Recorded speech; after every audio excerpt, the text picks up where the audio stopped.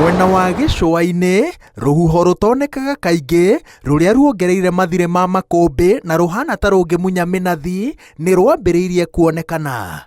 Ũyũ nĩ ũrathi wa kĩhuhũkanio kĩa Hidaya kĩrĩa kĩrĩgĩrĩirwo kũmba gĩcũa-inĩ na gĩtonye gatagatĩ ga bũrũri kũrĩa kĩrekũĩrwo gũcũngĩrĩria mbura nene.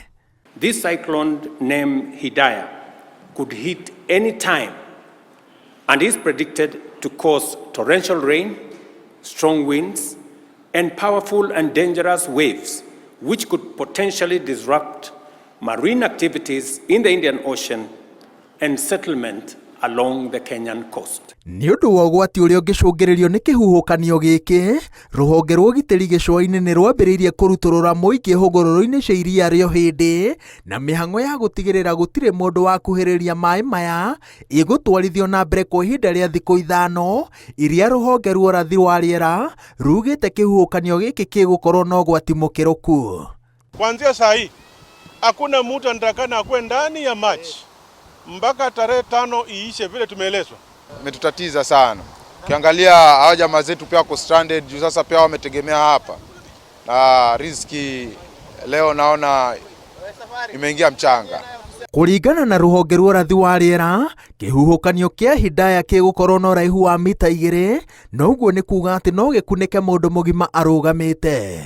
Kĩhuhũkanio gĩkĩ gĩakinya gĩcũa-inĩ kĩgũkorwo na thibidi ya kilomita 80 harĩ o ithaa na kĩna ũhoti wa gũkinya nginya ihenya rĩa kilomita 110 harĩ o ithaa kĩgĩtonya na thĩiniĩ.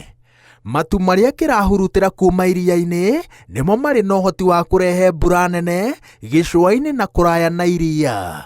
Our country must act decisively and swiftly to mitigate the devastating impacts of the present crisis and protect life and property.